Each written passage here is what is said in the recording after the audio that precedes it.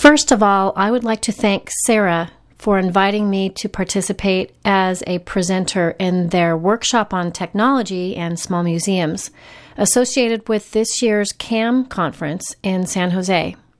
By the way, CERA, C-E-R-A, is the acronym for California Exhibition Resource Alliance, a nonprofit dedicated to traveling educational exhibits of all kinds throughout the state. My presentation is titled Strategies for Collaborative Digital Media Projects that Bring the Stories of Your Museum to Life. Digital media projects such as videos or podcasts, slideshows for Flickr that communicate an important story related to your museum, your exhibits, or your programs can empower small museums to reach big audiences. Like the foundation for a strong exhibit, the foundation for a strong digital media project is the idea or ideas that are being communicated in it. All of the digital media projects I've worked on involved a creative and collaborative process that usually led to unforeseen outcomes, happily so, however. The process itself is important and requires us to look carefully at our ability to work well with others that are outside of our usual community of professionals. Good communication skills are essential. The listening side of communicating as well as the verbal side. In addition, the ability to be flexible in the creative process will serve you well as the important ideas behind every project manifest themselves. Foster a team dynamic for your project that is inclusive and allows for multiple perspectives, and you will create something unexpectedly fantastic. Increase your ability to listen to and incorporate feedback from your peers, and you will create something lasting. The example I am providing here is from a collaborative digital media project that demonstrates the ability of digital storytelling to add more dimension to history, including its blunders. In this short documentary about the history of the Northwestern Pacific Railroad, the students I worked with at the Marin School of Arts wanted to include the story of the worst collision in Northwestern Pacific history in the town of Ignacio in the year 1910. Not only did they want to include the story of this collision as part of the history they were creating with this project, they wanted to reenact it. So I hope you will watch this podcast, which you will notice is in 2 parts. And the second part is the best, so it's worth it. The collaborators on this project included 2 producers, one of which was me. I was the director of education at the time for the Marin History Museum, and the other producer was the teacher in charge of the Marin School of Art at Novato High School, Dana Tamura.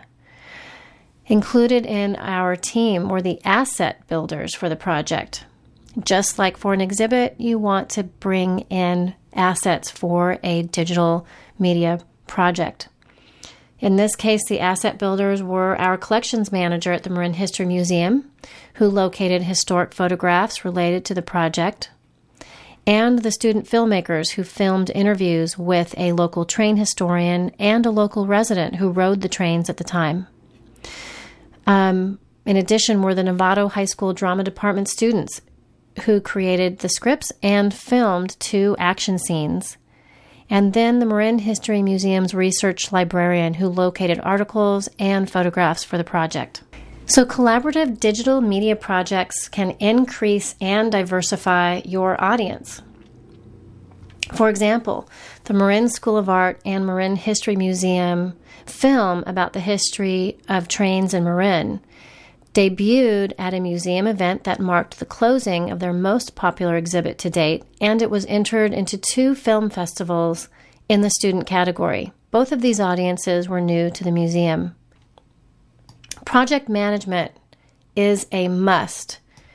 I like using the strategies from the book titled One-Page Business Plans. So although my project plans are detailed with weekly tasks that will lead to a successful completion of a project, they start out with a one-page plan that is created with the whole team's input. This way, we are all on the same page, so to speak. If you don't have a project management strategy, check it out at the One Page Business Plan website or get the book. When working on a collaborative project with a school, whether it is a high school or college, it is essential that the students take a leadership role at the beginning, which means taking time to establish good rapport with your team. I recommend working with a core team of 3 to 6 students and asking each student to identify their strengths and skills for the project so that each person is clear on his or her role and responsibility. Meeting at a set time once a week will help the project move forward and will give students a goal each week. As the project management plan is developed and written down, include the students' input as you write down the goals, task assignments, and deadlines. Then, go over the project plan as a team and talk about challenges that may come up and need to be anticipated so that the rug isn't pulled out from under you with some unforeseen problem. I met with my team on Fridays so that they had a full school week to work on their parts of the project, and I sent email reminders a day or two ahead of key deadlines. Providing structure is very important. However, being flexible is a must to survive. Successful projects with students are designed to get their ideas and skills applied to a real-world outcome. If they feel that they don't have a say in the creative development and are rather just getting instructions, it will be unlikely they will feel connected to the project and therefore committed to it. Good project management leads to team members who are energized and committed to the project. It's important to set clear goals for your digital media projects, just like it's important to set those for a museum exhibit. Most digital media projects that are successful communicate an idea that's compelling and interesting. So communicating ideas is something you want to talk about with your team. So facilitate a discussion with your museum's team about the important ideas behind your collection, an exhibit, or programs. What ideas need to be more fully expressed? What ideas can be communicated best in a multimedia project? What are the compelling stories connected to your museum that have not been told yet? A terrific example of how ideas are expressed and built upon is at the Smithsonian's Lemelson Center exhibit and website about American inventors. So check out the website at inventionatplay.org. Another goal for a strong digital media project is going to be educational. Keep in mind that 76% of K-12 teachers are using digital media in their classrooms today. If your projects add meaning to a topic and build a better understanding of it, teachers and students will utilize your website as a go-to resource. And then a good digital media project or a strong digital media project is going to build assets for your museum and your collection. Digital media projects can bring in more assets, such as photographs. And photographs are valuable assets for the digital media project as well for an exhibit. Photographs that are linked to the stories from your museum's community can be applied to community building programs online and on-site. For example, photographs collected from a family photo album day can become part of a Flickr Commons or Flickr slideshow that you produce for your community's viewing and input, with the proper permission, of course. In addition, if you include a selection of photographs for Google Images that link to your website, you will bring an online audience far beyond the geographic region that your museum supports today. I've enjoyed putting this presentation together and thinking about the collaborative process in most digital media projects for museums.